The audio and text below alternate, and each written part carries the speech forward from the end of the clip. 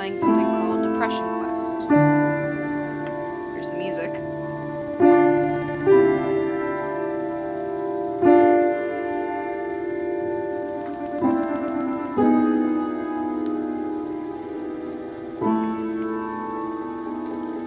It's early on a Monday morning. You are a mid-20s human being. You have a significant other named Alex, who you are rather fond of, that you have been seeing exclusively for the past few months.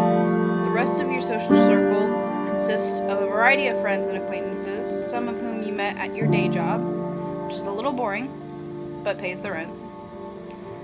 You'd like to be doing more with your life, as would your parents, but you're still in the process of figuring out what that means and how to go about it.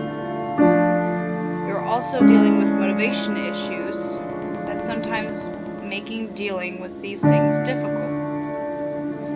You feel like this is probably your fault, and on bad days can feel inwardly angry and down on yourself for being lazy, but you're not quite sure how you can break out of it or how other people deal with these feelings and seem so very functional. You spend a lot of nights fixating on thinking about this, but never seem to do anything about it other than lose sleep.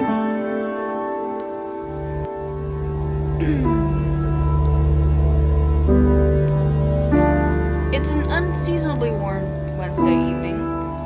You've spent the past several hours at work. The past week or so, you found your job motivation flagging more so than usual. Job motivation. Okay. You've been in a fog practically all day today. Simply going through the motions without realizing even what you've been doing half of the time. And yet, time seemed to be moving at half speed.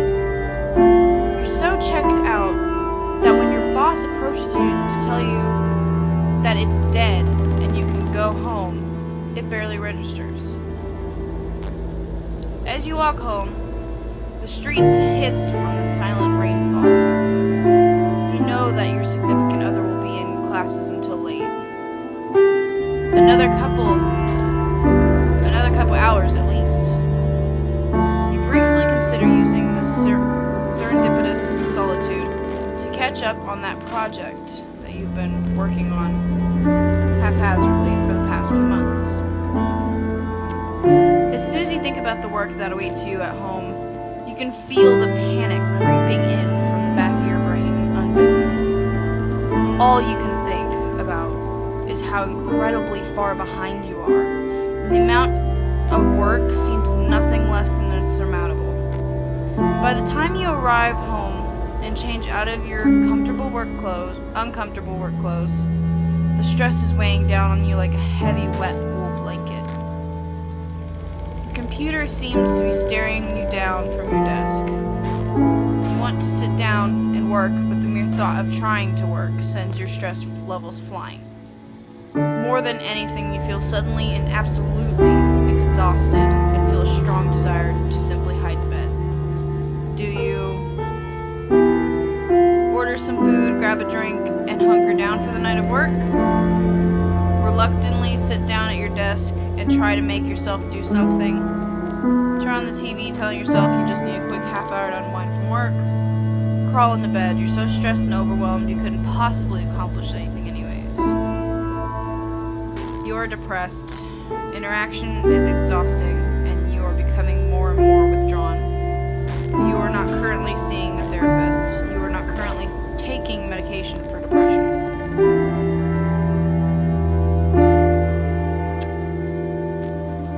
We'll go with 2.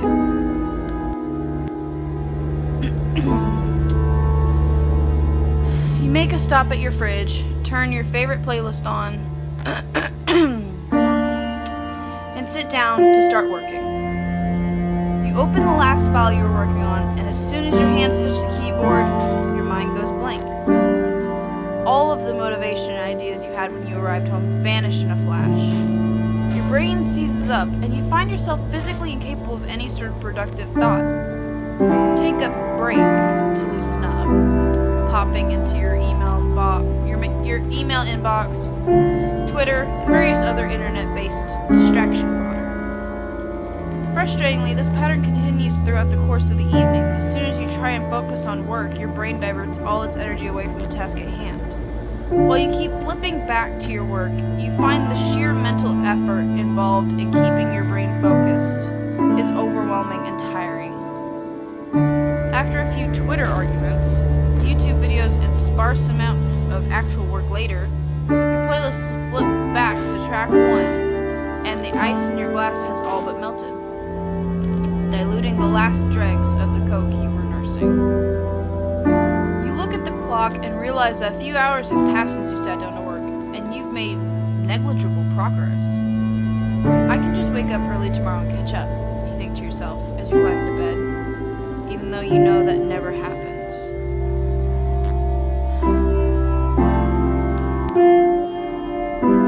It's a mild Friday afternoon. Alex calls you from one of her classes trying to tell you that there's going to be a really awesome birthday party tonight at her apartment that one of her roommates is throwing. You've hung out with this roommate a few times with Alex, and you get along well enough but aren't particularly close.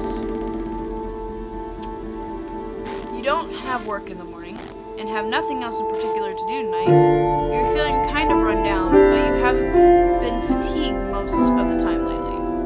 You mention that you're feeling ill because you're not sure how else to explain those feelings to someone else, and say that you aren't sure that you can make it tonight.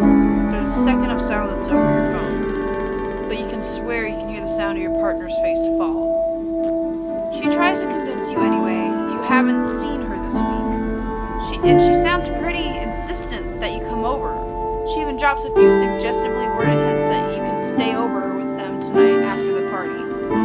What do you do? Shake off your funk and go have a good time with your girlfriend? Agree to go? Say that you're really just not feeling well and can't make it. Agree to go. You agree to go, even though you're really not feeling social. You know it's important, Alex, and you'd really like to see her. Seeing her does make you feel better sometimes. And you hope that this is the case tonight, even if it does mean dealing with all the usual social anxiety. The time to leave rolls around and you grab your overnight bag. Alex's apartment is a short walk away, and there are already people hanging out on the porch. You feel your chest tighten as you approach the building and try to steel your nerves. You quickly find your partner, chatting away with the birthday girl, and Alex immediately lightens up when she sees you. I'm so happy you came. I wasn't sure if you were going to make it. A young man taps her on the shoulder. She turns back to you to apologize and to let you know that they have to do something for the party. Alex hands you a beer and plants a kiss on your cheek before going off to deal with whatever came up. As you look around, you don't see anyone you recognize. Enthusiastically socialize. Awkwardly stand in the same spot, unsure of what else to do. Put your bag in Alex's room and avoid the crowd in there for a while. Cling to the wall, sip your beer, and wait for your girlfriend to return. Proceed to drink in earnest, hoping it makes you less uncomfortable. Well, I would say go put your bag in Alex's room, but then you're gonna avoid the crowd.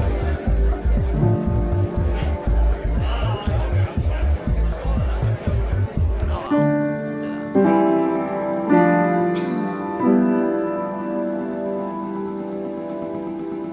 You take your beer and shift through the crowd until you arrive at Alex's room.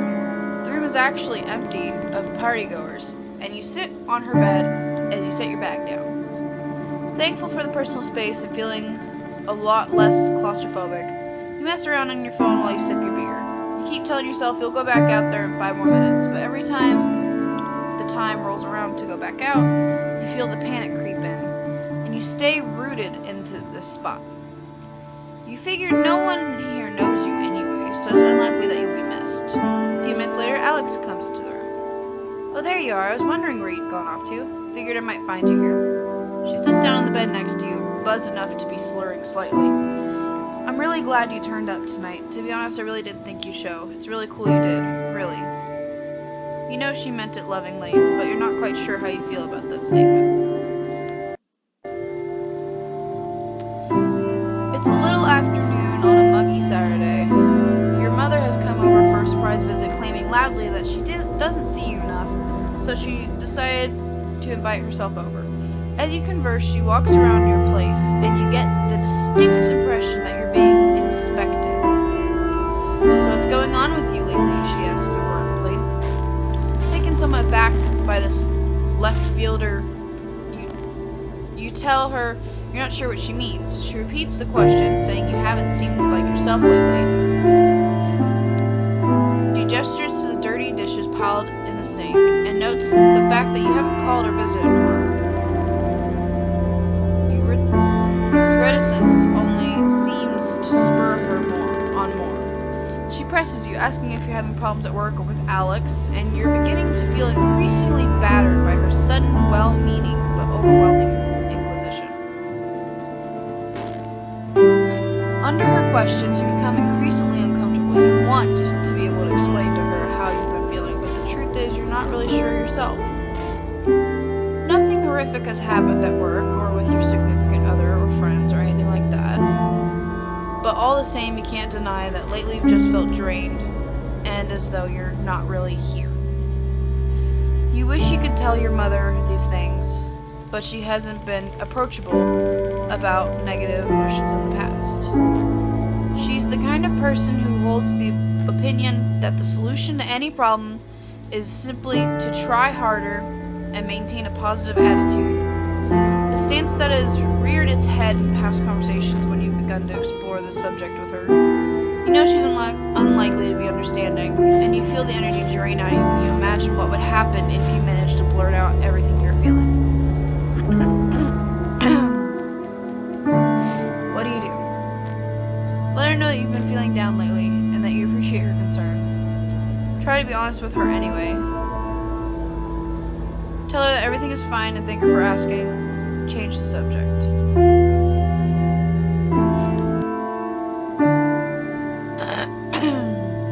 Here's a picture of a sink. You attempt to tell your mother how you're feeling, despite initial misgivings that you have about doing so. Finding the right words for how you're feeling feels like trying to untangle Christmas lights, searching for the dead bulb in the cluttered mess. She watches you intently and audibly sighs before you can clearly articulate anything. Unfortunately, she reacts predictably. An attitude like that won't get you anywhere. You need to work harder at getting what you want instead of sitting around feeling sad about it. Nothing good will happen unless you make it happen. She isn't angry or spiteful when she tells you this. You try to explain that it's not a matter of that, but you can tell that you're not getting anywhere. The frustration chokes the words in your throat, and you give up on trying to push the subject further. You know she's giving you advice that makes sense to her, and genuinely wants the best for you. However, she doesn't understand that it's not as simple as somehow deciding to be positive or work harder. It's that those things aren't viable options because of these feelings. You accept your defeat, and the conversation drifts on to other subjects. She leaves after chiding you to call her more often and take better care of yourself. You sigh heavily as you close the door behind her, spend the next few hours laying in bed staring at the ceiling.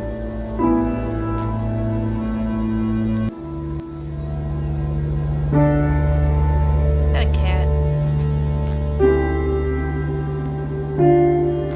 It is a lazy Sunday morning. You are idly checking around online as your phone rings. Sam, a coworker of yours that you're friendly with, asks how you are and makes hurried small talk with you. You typically only ever talk to him on the phone when one of you needs a shift covered, so it's slightly awkward. You're waiting in anticipation for him to ask you to come in on short notice when he veers the conversation in a completely different direction. How do you feel about cats? He asks. Mine had kittens a few weeks ago, and I'm having an awfully hard time finding a home for the last one in the litter. You don't have any pets, right? It takes you a moment to process this new information. You're caught off guard as he begins earnestly try to sell you on the idea of taking the last kitten off his hands. It's not something you had specifically considered before, and he seems fairly insistent. She's a real sweetheart, really loves people. She got all her shots already taken care of, and the vet says she's healthy as a horse. I can bring her over by your place tonight if you're interested. You look around your apartment to try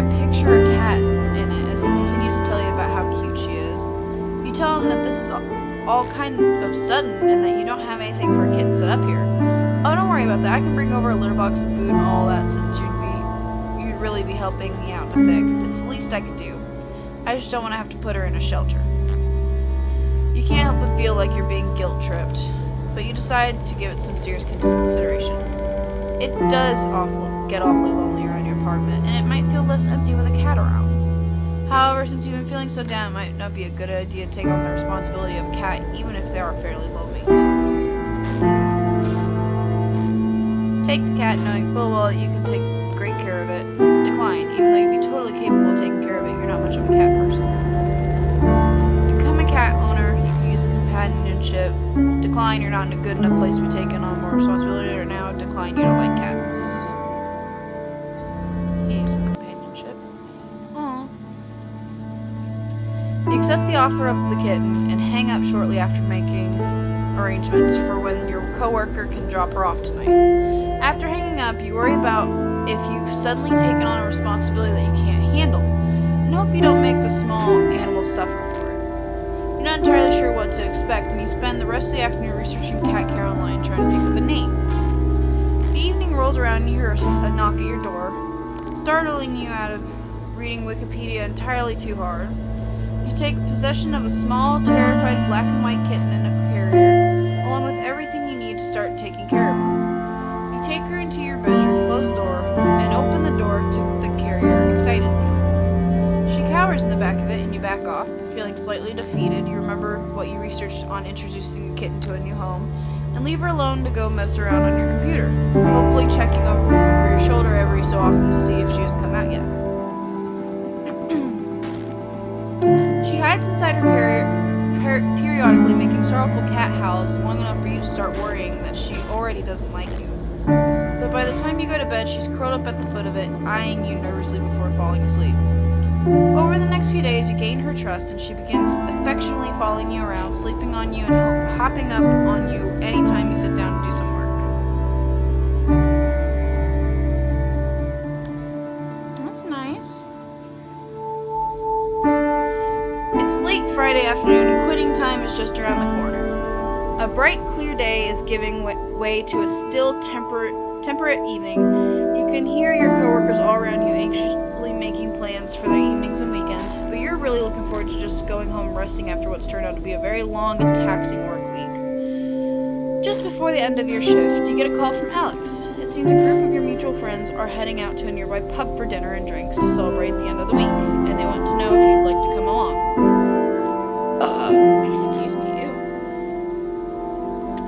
You tentatively tell her that you're emotionally exhausted from the work week, and a social outing like that would just take too much out of you today.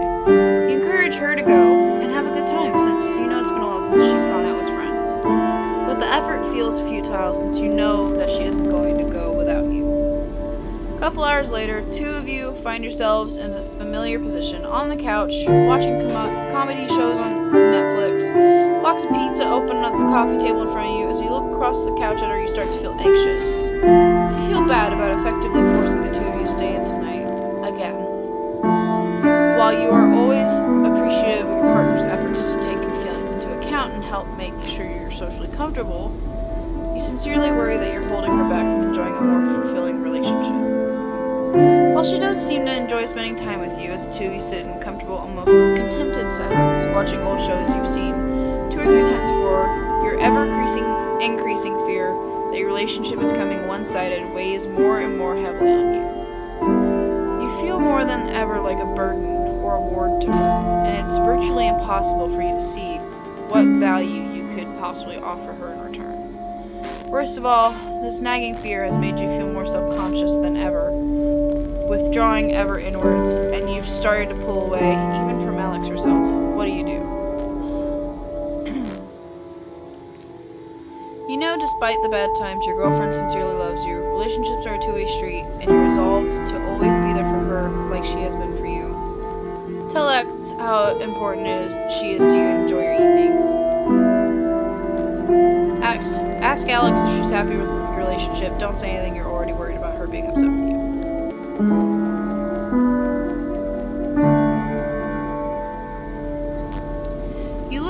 Alex, who hasn't noticed you watching her yet, and you try to parse the expression on her face.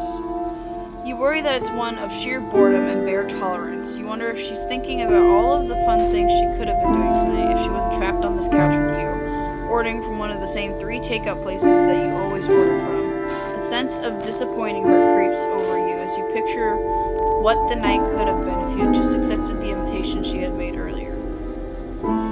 I know this is a pretty boring Friday night for you. Are you really happy being with me? Being like this? She turns to look at you, forehead wrinkled. Why do you ask me that so often? You feel her body stiffen and pull away from yours just a little. Well, I mean...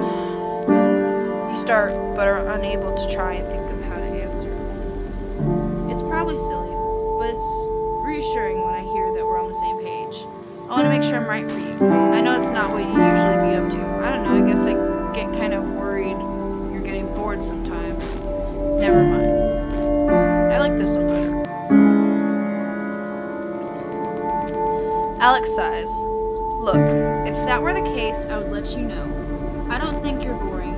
You're more of a home buddy than I am. I'm learning how to deal with it. Deal with it, you think, repeating it in your head. Does she see you as a problem to be dealt with? You try to pick her reply apart in your mind, and all of your conclusions lead to your previous worry, that you're holding her back. You begin thinking that the phrasing was chosen without too much deliberation, and that despite her attempts at reassuring you, this slip of the tongue revealed her true feelings. As you picture how much fun she would be having right now if you had only accepted her invitation and managed to somehow get over your reservations and anxieties, despite not knowing how you would go about that, she cuddles back up to you. Thanks for putting up with me, you say, staring at the TV without actually watching it. She sighs in response.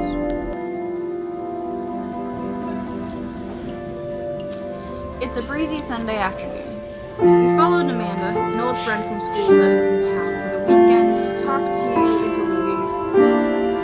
You allowed Amanda the house for coffee and catch up. You meet her in a small cafe and talk about what you've been up to since you've last seen each other.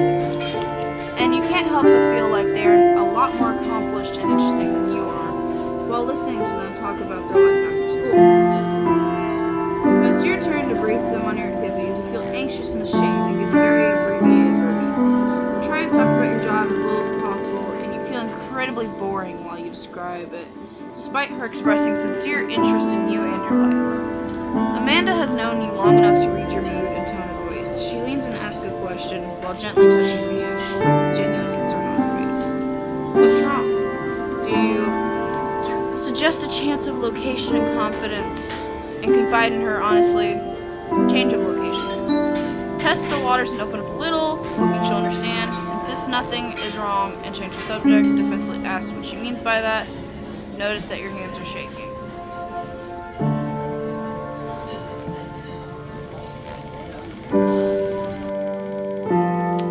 You feel incredibly anxious and put on the spot as she leans forward. You consider talking about it, but what exactly would you talk about? Where would you start? She'd probably just think you were complaining about nothing anyway. No one likes a whiner.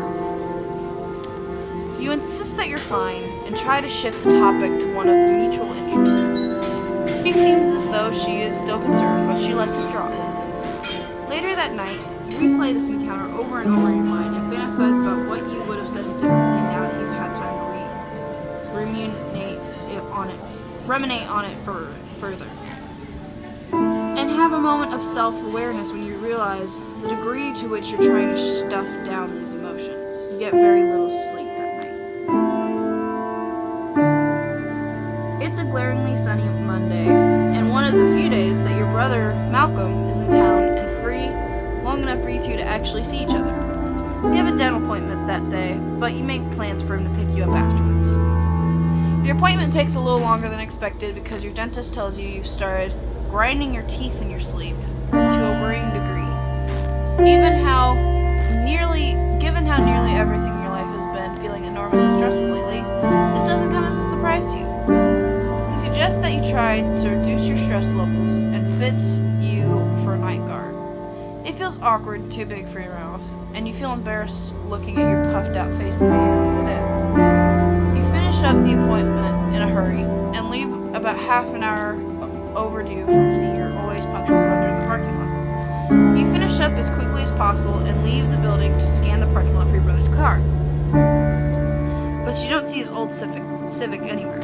You pass by a blue Camaro and jump as it beeps at you, causing you to jump in surprise. It takes you a moment to realize it, but it's Malcolm in the driver's seat. You hop in the passenger seat and compliment him on his new ride, and he mentions that it's a perk of promotion he's recently obtained at work. He starts telling you about how much more money he's making, how his career is really taking off, and how he's starting to look at houses with his wife now. You clutch the bag containing the night guard in your hand, and you feel yourself clutch your teeth as you think of your crummy apartment, how long it's been since you've been able to take a day off work without having to worry about making ends meet. He's only 2 years older than you, but it feels like he's eons ahead of you in every other aspect of your lives. So, yes, how'd your appointment go? Did you get drilled full of holes or what? A sense of shame creeps over you. Laugh about your dorky night guard with your brother. Tell him about the night guard and why you need it. Lie. Tell him it was a routine cleaning. Tell him about your tooth grading problem, but not the stress causing it.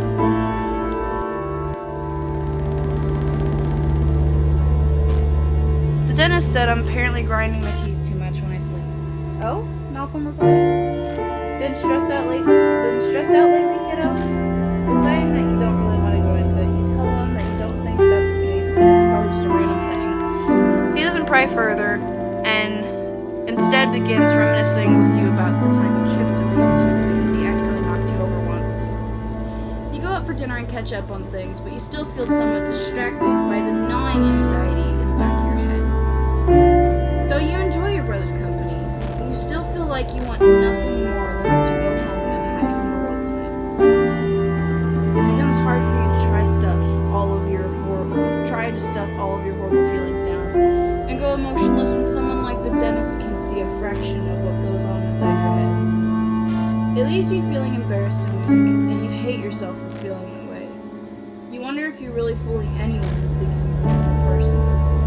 And then you wonder if your brother knows and is hanging out with you out of pity to you. After he drops you back off at your apartment, you throw the night guard out. You can't stand to even look at the thing.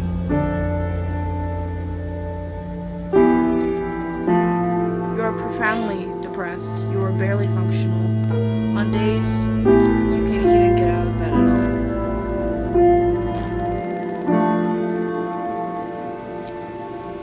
all. It is early on Wednesday morning.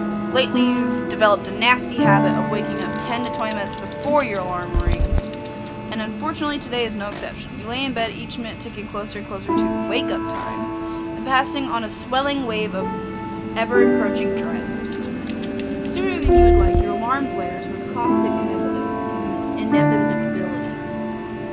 You frantically pound the snooze button and then retreat under your blankets, as if the warmth of your comforter can shield you from the passage of time. You almost always have difficulty rising from bed, but today that simple task seems nothing short of heroic.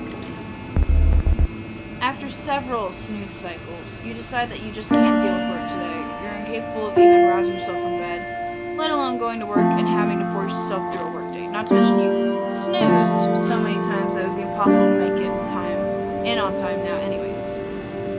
What do?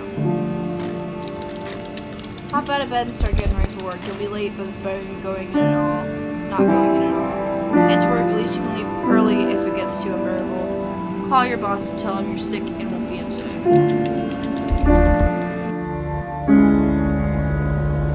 In spite of the fact you know it's your job and you should go, you keep fighting yourself every step of the way. Every time you resolve to climb out of bed and just go, your body seems to get heavier and your head gets foggier, and you find yourself unable to actually make yourself move. You grab your phone and dial your boss's number, hoping that it's early enough, yet that he won't be there and you can just leave a message. Fortunately, after a couple of rings, voicemail picks up and you leave a message explaining that you're sick and won't be in today. As you hang up the phone, you worry that perhaps your message sounds like a lame excuse. You hope your boss won't call or email you to follow up with your message, but for now you're too foggy to do much of any sort of thinking, and eventually you fall back asleep. fall back into a sleep that is both heavy and restless, with your kitten curled up at your feet, occasionally repositioning as you toss and turn.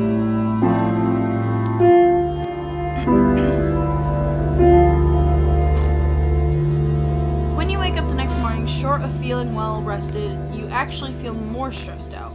While it was definitely nice to get a break from work, you're now faced with a new problem you hadn't considered before. You still have to go to work today. While you aren't having the same problems physically getting out of bed you were having yesterday, the prospect of having to face your boss after missing a day of work does not seem appealing in the slightest. You worry that your absence won't be seen as believable or legitimate, that your coworkers and boss will think you were just trying to acidly play hooky. Or worse, you fear that someone will actually ask you what's wrong.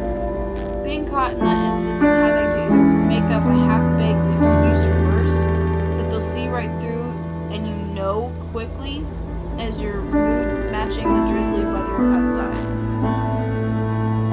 You know that you have to go into work, but you fear of being perceived as either lazy or ineffective is making you regret yesterday's decision to take the day off, and you ultimately feel worse for it. There's nothing in the pictures anymore. It's 2 a.m. on a Sunday and you have work in the morning. You roll over to see sickly green glow of the time displayed on your LED alarm clock and let out an exasperated sigh. You've been trying to fall asleep for over 3 hours now to no avail. Every time you head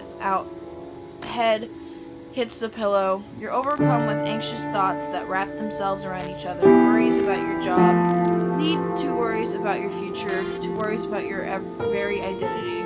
And you're unable to shake them off long enough to doze off. Your eyes won't even stay shut as your mind races through imagined scenarios going horribly wrong, which you promptly attribute to your general worthlessness. Your heart beat... Oh, I missed like 2 lines.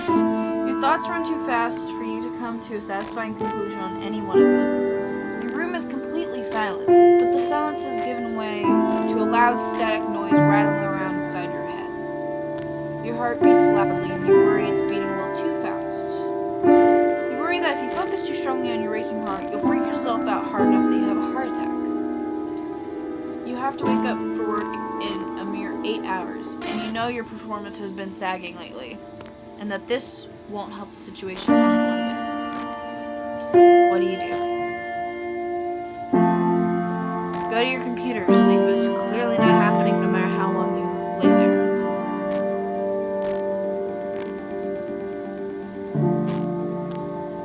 Force yourself to go to sleep. Go to bed. It shouldn't be that hard. Just close your eyes and let it happen. Why won't your thoughts back off for 5 seconds? Snap out of it. What is wrong with you? Why can't you stop stressing up for 5 seconds? You're probably going to go into work tomorrow exhausted and fuck everything up and get fired.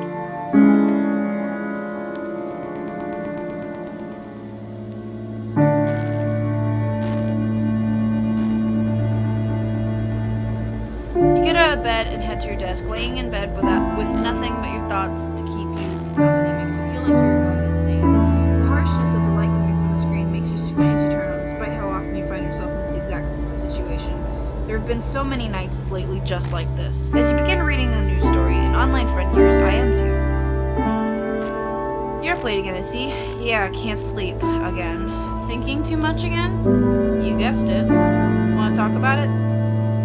You end up talking with Attic for quite some time about how you've been feeling. He's always been easy to talk about personal matters, and the added security of talking online helps. Being able to rethink what you say as you type it out and check it before you send it out helps you gather your thoughts, and you find it less intimidating in a way to type it all into a prompt than to say it out loud. I don't want to be that guy who thinks they can diagnose something because I read a Wikipedia article, but it sounds like you might have depression. You should talk to someone about that, like a doctor. You pause. You're not sure if it's how tired you feel or being frustrated from mentally eating away at yourself earlier tonight, but what he says rings true. Maybe you should see a doctor about this. We can do some research and see if there's a good doctor near you. It's not like you're going back to sleep anytime soon anyways. Might as well do something while you're awake. You are severely depressed. Your motivation levels are non-existent. You alternate between feeling totally apathetic to panicking about things out of your control. You lack energy to do much more than sleep, days away, yet your consistent feelings of worthlessness prevent you from getting any actual rest. You feel like dying, but ironically you're too drained to actually act on these feelings. Okay, let's find you a doctor then. Just remember, there's nothing wrong with having depression. You wouldn't be ashamed to have bronchitis or something, so there's no reason to feel ashamed if it's your brain that's sick instead. As you Google around with Attic, after a bit of searching, you find a doctor that's gotten really good reviews. You make a note of it and tell Attic you plan on calling her in the morning before work. You end up going to bed after that, a slight sense of accomplishment. Your kitten pads over and curls up at your feet as the thought of maybe feeling better soon on your mind. You try not to get your hopes up as you drift off to sleep.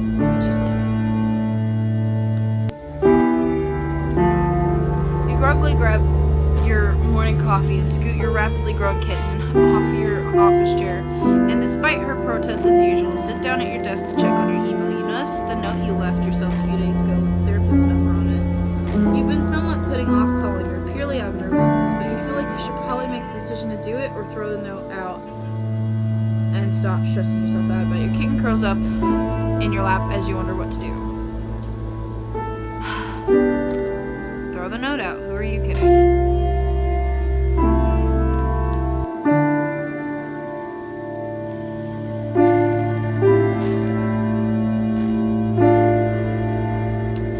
You stare at the note for a long time before crumpling it in your hand and even throwing it out. Therapy is for people with real problems, not whiners like me, you tell yourself. Even if you did think you were worth the resources, you don't know if you could actually bring yourself to dial the number and say the words out loud. Somehow that would make what you're feeling seem that much real. If you don't call, some part of you feels like it makes that much easier to pretend it all isn't happening. Maybe it's for the best, you think. If you can just shove it all down, try to ignore it, you can struggle through the day and hopefully someday just get over it. Opening up is painful and you're not sure if dredging all of this sewage out of your mind will even have a positive effect on you. Therapist would probably laugh at you anyways. It's a chilly Thursday night and you've just gotten off work. This has felt like one of the longest days you've faced in recent memory. Even though nothing exceptional had happened, a ton of minor things kept going wrong. And coworkers had tried your patience throughout the day. You considered leaving work early, but you've already had enough absences lately on the days you feel too crushed by the job to get out of bed and didn't want to risk it. You're lost in thought as on the commute home, and your feelings of frustration both with your life and with the world around you build as you run into minor annoyances like someone bumping into you really hard as they walk by. By the time you get home, you're exhausted, and in a moment of metacognition, realize that if you don't snap out of it, you're probably in for a long and trying night as well. These pent-up feelings aren't dying down and are eating at you. You open your front door and stare at your apartment. An overwhelming feeling of exhaustion overcomes you, and you feel like your energy levels are low enough that you'll likely settle into a single activity tonight. What do you do? Distract yourself.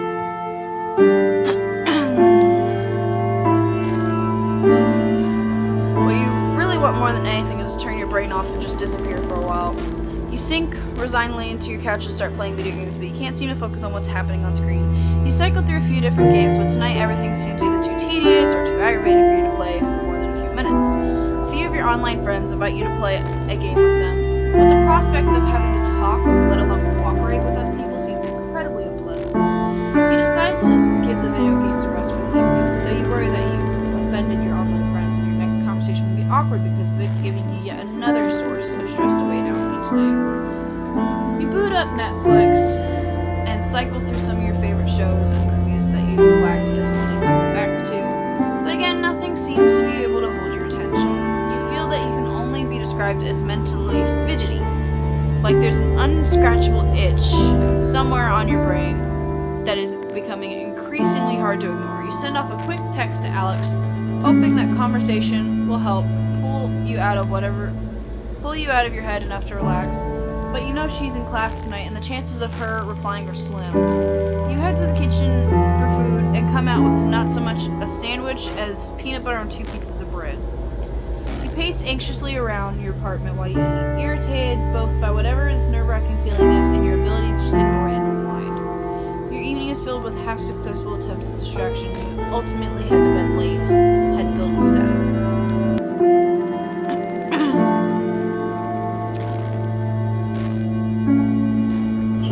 You're visiting at your parents' house for the holiday. It's one of the handful times during the year you drive out to visit your old hometown. You've seen random people that you've gone to school with around town. Whenever bumping into them, the usual short versions of what you've done since graduating or exchange. You've gone through a few of these today and have been very aware of how much you feel you haven't accomplished. When you were in high school, you had much larger plans and you feel like you failed to manifest most of them. Even if you had managed to, you've largely lost interest in what you thought you wanted to do growing up. Now you're not really sure what you want to do, and you felt like you were lacking the ambition or drive to figure it out. Everyone you've caught up with seems so much happier than you. They've got their lives all figured out, and you've kind of been feeling like a failure by comparison. Your brother Malcolm arrives with his wife in tow shortly before you all sit down to dinner. He's been traveling for a job lately, and you haven't seen him since they picked you up from the dentist. Your parents haven't seen him since before then. During dinner, they all catch up, and Malcolm talks about the amazing things he's done on the road. Your mother turns to you and asks what you've been up to since you've seen them last. Oh, same old, you say. Nothing really new going on. Your mother makes a face. Oh, nothing new? How long are you planning on staying in that job of yours? What do you say? Excuse yourself in the bathroom. As your mother looks across the table at you expectantly, everything inside you wants to run away. You have had this conversation with her enough to know that anything you say would either be a lie or would result in a lecture. After spending the day feeling you're a failure already, you can't really handle some more of the same from your family, regardless of how well they mean. Actually, I'll be right back. I have to use the bathroom. You excuse yourself from the table despite not actually having to use the facilities and head to the bathroom. You lock the door behind you, and you flip down the toilet lid, take a seat, and rest your head in your hands. You take a few deep breaths as your mind runs through its typical self-depreciating scripts, though you still feel as though it's a moment of relief. Even though you love your family, you really feel they don't know you at all sometimes, and this makes them exhausting to be around on nights like this. You wish you could tell them what you're feeling. That sometimes it feels that if you were to drop dead in your apartment, the world wouldn't notice. You want to make her understand that more often than not, and you feel like an alien, like there isn't anywhere in this world that feels like a place where you belong, and you have no idea how to fix it or what to do. You wish you could find the words so they would understand you, but you end up feeling like an outsider instead. Instead, you decide to remove yourself from the situation and calm down. You couldn't see a resolution where attempting those things would work, and you needed a moment of space instead. You hear a knock on the door. Malcolm's voice comes through the door. Hey kiddo, you alright in there? You've been in there for a while. Yeah, she's feeling a little sick. Well, if there's anything I can get you, let me know. They're about to serve pie though if you're feeling up to it. Yeah, I'll be out in a minute. Malcolm is quiet for a moment. Hey, just so you know, I'm really proud of you. You hear his big footsteps walk away from the door, and you splash some water in your face before leaving to rejoin your family.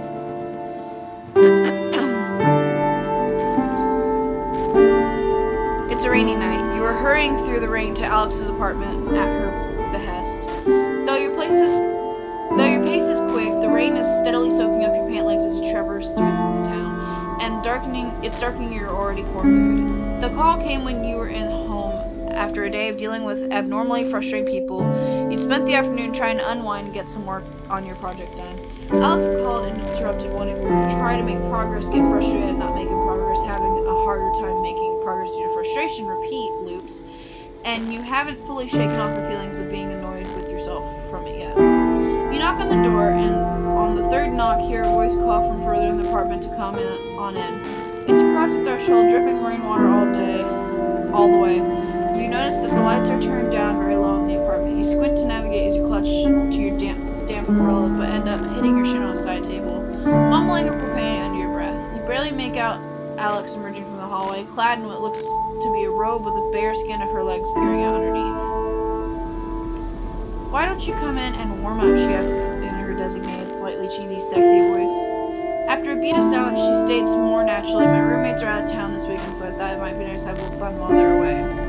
You appreciate her affection, but you're too wrapped up in your own negative feedback loops to be in the mood right now. What do you do? Tell her you're not in the mood.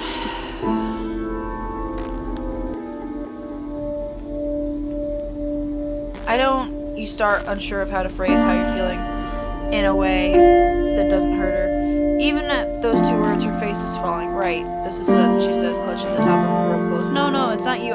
She cuts you off. It's not you, it's me, right? It's okay, I get it. She moves to her bookshelf and blows out some candles you had failed to notice. It was cheesy anyways.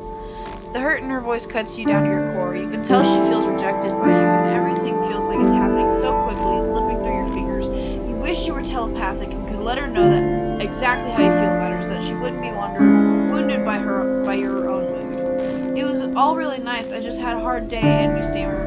But she leaves the room, and you hear the bedroom door close.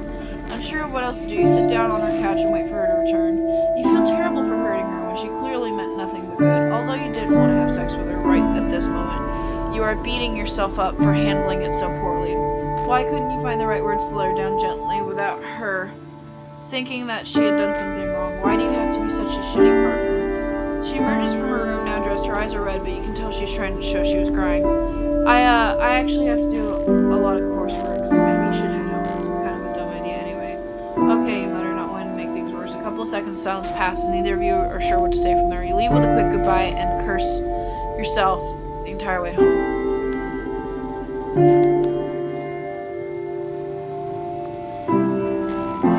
It's an early winter evening, and even though it's not particularly the time of year has left the sky an almost prematurely darkened cast. Day after day, just like today, you trudge home from a job you have increasingly come to hate. On this day, your job misery seems to have reached critical mass, and not even shedding your rain-laden and come-to-work clothes helps you to unwind from your workday. You collapse into your couch, blank and numb, while your job always seemed to just be an unpleasant reality of existence. It was a position you sort of fell into unexpectedly, never intending to work there long-term, and it's getting harder and harder to keep it up. While it's certainly not your dream job, you've always just sort of stuck it out of necessity before, but it's becoming increasingly difficult to do that, though you couldn't even begin to imagine what else you could do. You find yourself face to face with a question you just can't ignore. Is your complacency worth this price of the level of this misery? What do you do? Turn on the TV, let your mind go blank. You grab the TV remote, wanting nothing more than to forget all about the terrible day you had at work. You flip on the TV and let yourself get swallowed up by the couch. You grab your laptop to surf the internet while you watch TV, paying no real attention to either. You watch a few reruns of shows that you're at best indifferent towards, and a movie on TV that's a few years old. All the while you scroll idly through your Twitter feed. At the end of the night, you really don't feel any better so much as you feel just numb, which is basically what you were going for anyways. Ultimately, it gets late enough that you tell yourself you should probably call it a night. You beat yourself up over the fact that you didn't accomplish anything this evening, but at least you managed to forget about your job for a couple hours. As you fall asleep, you're acutely aware of the fact that after a mere few hours of sleep, you've got to do it all again.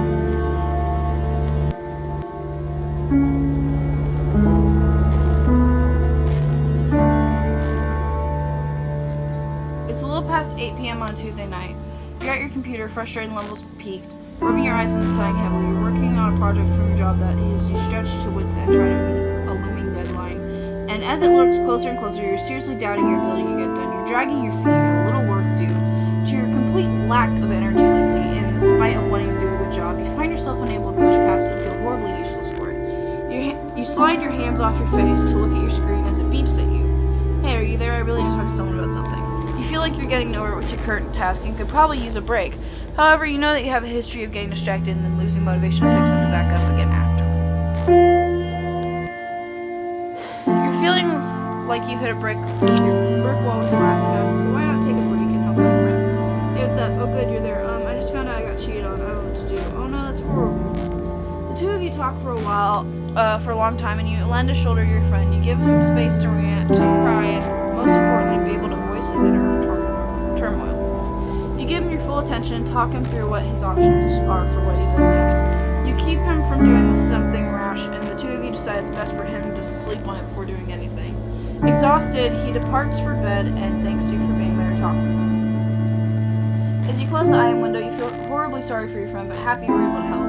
It serves as a tangible reminder that you're capable of being useful to someone instead of solely being a mess that needs everyone else's help.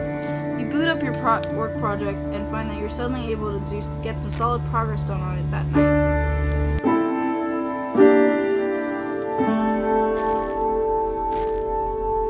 Yet another sleepless Thursday night. You're at Alex's apartment, wide awake in bed, and as she's sleeping peacefully beside you, she fell asleep hours ago, and you've been laying there unable to shut your brain up long enough to fall asleep. You added the feelings of insecurity about your relationship to the rest of the noise in your head keeping you up tonight. It was kind of a tense night between the two of you. You arrived after a stressful day at work, and as you made dinner together, you barely said a word. You were stuck in your own head and had a hard time really being present with her, as your thoughts turned to all the ways you feel like you're deficient at being a good person, and beating yourself up mentally for each one. She told you she could tell you were in one of your moods, and said that she wouldn't push you, but missed talking to you as the two of you sat on the couch together. You wanted to tell her how much you love her, but you couldn't make the words come out right, and ended up sounding defensive instead. As you lay there next to her now, you trace your fingers across her arm just slightly enough not to wake her. You still haven't explained your impression to her, but it's starting to feel more and more like a secret you're keeping instead of something she simply doesn't know about yet. It's becoming more and more apparent that it's impacting your relationship with her, and you feel guilty about this. However, you're also terrified that if she knew exactly how fucked up you are, that she would leave you. You already worry that she's only with you because she doesn't realize how terrible a person you are yet, and you're afraid of what this would be the final thing to expose you. She stirs her sleep and squints as she opens her eyes. With the confusion that comes with waking up, she asks if you're awake and then if everything's okay.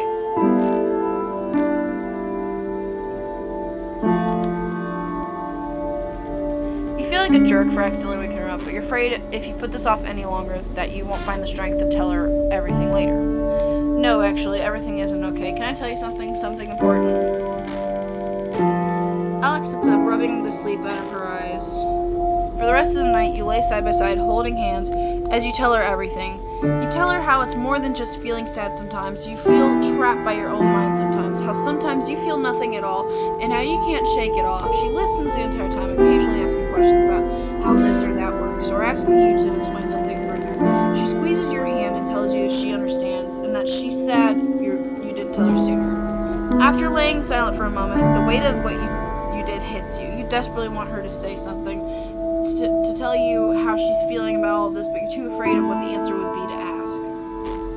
You start convincing yourself that now she knows everything, she's going to leave. There's no way she could deal with someone with how you really are.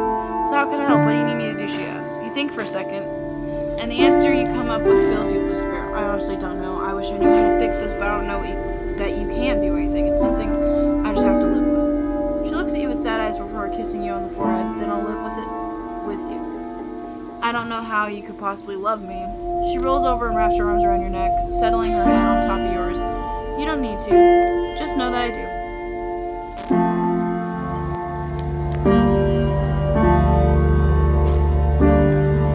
It's a Friday night, and you're laying across your bed feeling pathetic. As you were leaving work tonight, a group of coworkers asked if you wanted to join them for drinks. Feeling antisocial and put on the spot, you declined. You have a bit of a habit of doing this.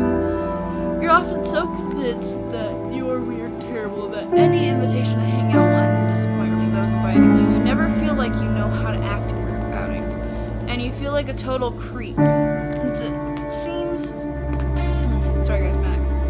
to come so naturally to anyone who isn't you. You find yourself petrified of breaking some unknown social rule that you don't often go out. Now, however, you find yourself home alone. Your brain has begun telling you how pathetic inside you are for just being unable to just be a normal person and go out with nice people. You can't figure out why you can't. You just go out and meet people and enjoy yourself. At the same time, you're also feeling no one would possibly want you to hang out if they really knew you, because you're dull and weird anyway. You try your typical strategy and put up Netflix to distract yourself from these feelings, but frustration with yourself builds and you realize you have to do something else with your night. Anything else to take your mind off how awful and lonely you feel right now. What do you do? Let's play with the cat. Nights like this, you're very glad you made the call to become a cat owner. Feeling too socially burnt out to interact with other people, you go find your cat. Get her to chase a laser pointer for a solid 30 minutes before she tires herself out. She pads over to you and collapses in a heap in your lap, purring loudly. Though initially she hated being picked up, you carry her to the computer desk with you and she doesn't object. Laying her down in your lap, you comfortably surf the internet for a while before heading to bed. Having her here with you has a calming effect, and it makes you feel a lot less alone. It's a cold Saturday afternoon. You've just arrived at Alex's apartment, and you're happy to finally see her after a week of absence due to your schedules not lining up due to work and school. You hug her in the doorway, but she breaks away sooner than normal and sits down on the couch. And you take off your sneakers and lay them in the usual place right next to hers. There's something I was hoping we could talk about, actually, she says. You feel anxious hearing those words and move to take a seat on the couch. Your heart starts to race. Is this one of those we need to talk situations since you finally had enough of your baggage? The week apart make her realize how much better things are without you?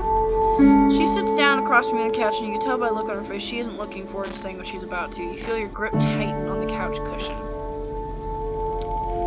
So, she starts. She breaks eye contact and takes a deep breath, which spikes your anxiety. Things with us have felt kind of weird lately. It's like you've been really distant. I'm not sure how to take it. I guess I just want to make sure you still want to do this. Us, I mean. She notices you gripping the couch. I mean, I know you have difficulties with your situation. I mean, She looks at your face, seemingly searching. I don't know how much has to do with it, or if it has to do with me, or... I just want to know where we stand. She looks at you with uncertainty, and you practically see the knot of pain in her chest. You try to rein in your knee-jerk reaction to run. Unsure of what to say, that your mind races. You have to walk. You know you have to choose your next words carefully. Through the self-depreciation reaches your mind, you try to think through it. You try to sort out what you really want to do here. A myriad of things is boiling inside of you. Which one do you listen to?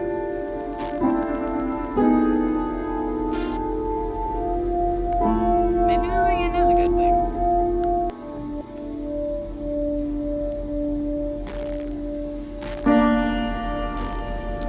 You look at Alex's face, and you feel your heart break.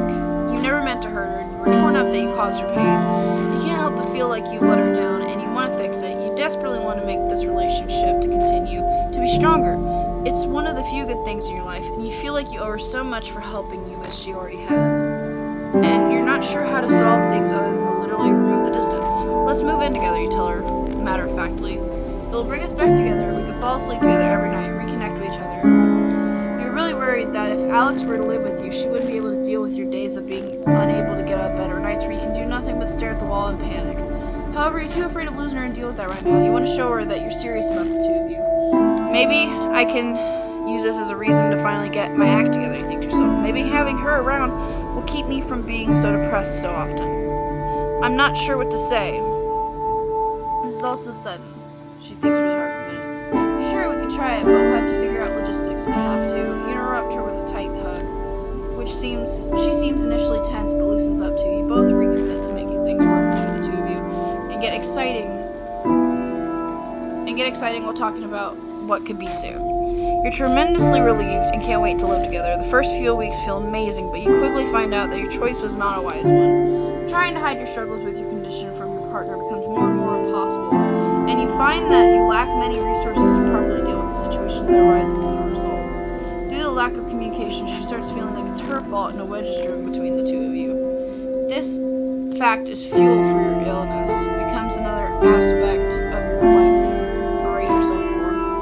Despite sleeping in the same bed, she feels further away than ever before. It becomes clear that this didn't fix any of the relationship's problems, and it deteriorates far enough that she moves back out soon after moving in. Reality hits you over the next few days, and you spiral into a very deep low. You withdraw entirely outside of your work, your only interaction with other living creatures, your cat. You hardly leave your apartment despite it practically haunting you with memories of the last few weeks of your time with her. You can't stop replaying the failures you made up with over her and over in your head, wondering what could have been if you weren't such a fuck up. It's going to take you a long time to get over her. I accidentally clicked that. It's December and you return to your parents' house to celebrate the holidays with your family. Out the living room window, you can see a gentle flurry of snow drifting down to meet the pristine blanket of white from yesterday's unexpected Christmas Eve snowfall, and you quietly laugh to yourself at how incredibly cliche it seems. Still, as you sit down to dinner, you can't help but notice how being surrounded by family and the overly kitschy atmosphere your mom's decorations have created, you actually made you feel I've actually made you feel relaxed and almost comfortable. Your mom is running around, frantically checking the oven and stockings, and just generally trying to family time it up, while your dad sits at the head of the table drinking a beer and laughing with your brother Malcolm. His wife Karen is there too, whom you've always gotten along with well, and your parents even agreed to let you bring your kitten along. She's been darting in and out of people's legs and hopping into laps all night. As you thoughtfully munch away at your turkey, listening to the conversations around you, your thoughts drift back over the last few months. You think about how hard things have gotten, replaying over in your head some of your worst as well as some of your best memories. It seems like all of these things just came to a head over the past few months. With a sudden flurry of relationship turmoil and professional anxiety, social stress above all, an omnipresent sense of weight that seems you have just recently become aware of, you're drawn out of your reverie by your dad's familiar booming laugh as some cheesy comment Malcolm made seems to have hit his mark. Sitting at the table, you're suddenly immensely glad for the chance to be able to ignore everything for an evening and not have to struggle with trying to explain yourself for once. Fortunately, everyone seems content with laughing at each other's jokes and discussing favorite sports teams. For a while, you think you'll be able to get through dinner without any embarrassing personal intrusions. But no sooner did the thought cross your mind than the table conversation trickles off, leaving a slightly awkward silence to descend upon dinner. So, how are you doing these days? Your mom asked you pointedly. Such a simple question, one that you seem to have the answer countless times recently. You take a moment to collect your thoughts and look at him, take a deep breath. Well? Jesus. There's no doubt that depression is a battle. It seems you have taken to a particular toll on you. As the days go by, you find yourself interested in less and less. You think back your life a mere few months ago, and compared to where you are now, it seems like you've just lost too much. Work has become unbearable, and the thought of you dragging yourself day in and day out to a job you can't stand, so you just scrape enough money together to do it all again the next day as you ground your will down. Lately, your job performance has suffered tremendously, and your boss has already had a conversation with you about your absences. At this point, losing your job is not only a real possibility, it's downright probable. But your personal relationships have deteriorated as well. While you can never describe yourself as a social butterfly, your constant flakiness and continuing withdrawal from your circle of friends has all but alienated them from you completely. Nowadays, you rarely seek or speak to them, and when you do, the conversations are strained and functionary. You almost never leave your apartment anymore. Your detachment from the world even ended up costing your relationship with Alex. While she made every effort to be supportive and understanding, your refusal to try and manage your situation forced her to have to choose between having to constantly look after you and pursuing her own goals. As she continued to excel in her program at school, she made it very clear on more than one occasion that she was dedicated fully to her education career and couldn't afford to be held back by somebody who insisted on being stagnant. The subsequent split was practically inevitable. You never could wrap your head around the whole notion of therapy and viewing it as anything other than invasive. Refusing to admit your need for help, your decision to try and tackle your depression on your own now seems woefully miscalculated. Your friends may have been willing to listen to you at first, but over time your reluctance to accept any of their advice simply drove them away, leaving you with little in the way of support network. With nobody to vent to and an inability or unwillingness to seek help on your own, you quickly lost any desire to attempt to overcome your depression, and your downward spiral seemed to compound geometrically. Poring over the events of the past few months is even now exhausting and defeating. Looking at the person you were mere months ago is almost surreal. It feels like a completely different person living a completely different life. In fact, it's hard for you to imagine ever having a life that wasn't completely devoid of feeling or drive. The prospect of trying to imagine that what your future holds seems not only impossible but irrelevant, of little interest to you, as your life has become just a series of trudges from one emotionally exhausting moment to the next. You look across at the table at your mother, weakly meeting her gaze before dropping your eyes to the floor. You open your mouth to answer, but no words come out. You don't even bother pretending to try and think of what to say. And that's the end of the game. Now, the reason I played this today, guys, is I've had a really, really bad day to the point where I felt the need to talk to you guys. I've had depression for a long time, and today it kind of bit me in the ass. So I'm not doing the best right now, but I'll still keep making videos for you guys because honestly, it's a nice distraction. I know distractions aren't good. I need to learn to talk to people about it, and I do try. I do. My fiance talks to me all the time. Just certain things make me feel better, but I do get stressed out super easily over everything. My parents don't really understand it too much, but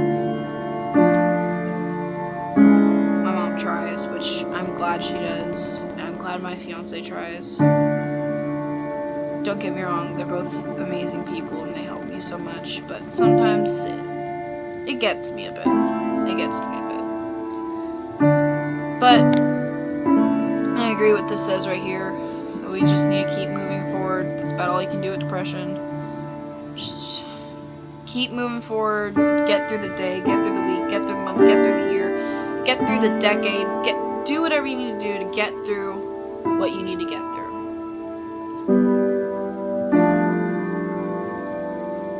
Anyways, guys, if you like this episode, don't forget to tap the like and subscribe buttons on the shoulder to say hello. And leave me a comment, let me know why you liked this video if you did. I know it's just me reading, but I felt like a reading day. Other than that, oh, don't forget to tell me how your guys' day was. Just want to spiel about how mine's been. Anyways, you guys know what to do. Stay happy, look peaceful. Bye.